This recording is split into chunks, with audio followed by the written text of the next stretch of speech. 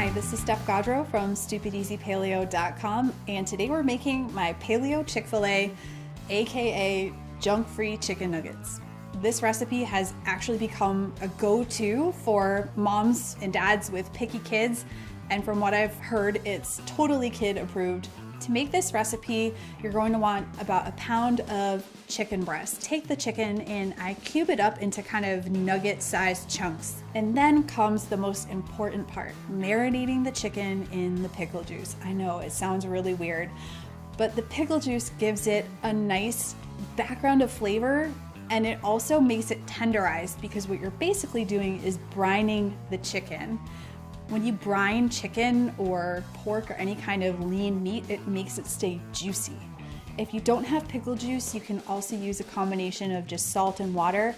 If you can, try to marinate the chicken for at least 2 hours. Once the chicken is done marinating, you're going to pour the pickle juice out, and then we're going to add a couple of different ingredients. The first thing we're going to add is a combination of an egg and some coconut milk. And this is going to provide the liquid that the coating is going to stick to. Once you coat the chicken with the egg wash, you're going to pour most of it out. You want to let a little bit of liquid stay behind because that's going to help the spices to stick to the outside. Now you're going to mix together the dry ingredients. This is going to be some coconut flour and some arrowroot flour. Then you're going to add some smoked paprika, that gives a nice smoky background flavor, some garlic powder, some onion powder, and some salt and pepper. You mix all of that together, and then this is so easy. You dump that into the bag and give it a good massage around so that everything gets really well coated.